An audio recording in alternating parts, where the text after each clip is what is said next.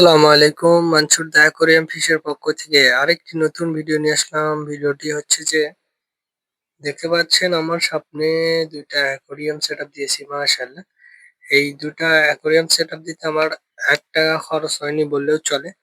হ্যাঁ, প্রথমেই শুরু করছি অ্যাকোয়ারিয়াম দিয়ে। এই অ্যাকোয়ারিয়াম গুলো কাজগুলো আমার বাসায় ছিল। এগুলো যে বাসার শোকেস বা আলমারি যেটাই বলেন না কেন সেইগুলো যে কাজ থাকে ওই কাজগুলো অনেক পুরানো হয়ে যাওয়ার কারণে এই কাজগুলো বাসা থেকে আমাকে দিয়েছিল। সেই কাজগুলো আমি নিয়ে আমার এক ফ্রেন্ডের বাসায় দিয়ে আসছিলাম। তাকে আমি মাছ গিফট করছিলাম।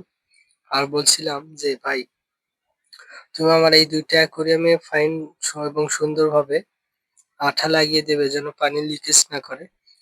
হ্যাঁ, আমার ওই ফ্রেন্ড মোটামুটি এই কাজগুলো করে।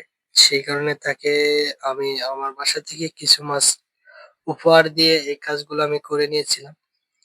আর তারপরে আসছে হচ্ছে যে এই যে বগট দেখতে পাচ্ছেন এগুলো হচ্ছে দেশীয় বগট। এই অ্যাকুরিয়াম সেটআপেও দেখতে পাচ্ছেন এগুলোও তাই। আর নিচে দেওয়া যে বালিগুলো দেখতে পাচ্ছেন এগুলো যে আমাদের আ ইট দিয়ে ঘরবাড়ি করার যে বালিগুলো পাওয়া যায় সাদা বালু বা বালি, ওই বালিগুলো।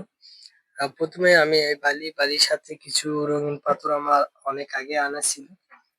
সেই পাথরগুলোর সাথে বালি মিক্স করে নিচে দিয়েছি। দেওয়ার পরে এই যে বগট দেখতে পাচ্ছেন এগুলো হচ্ছে আমাদের দেশীয় বগট। এগুলো আমাদের পুকুরের সাইডে অনেক আগে গাছ ছিল।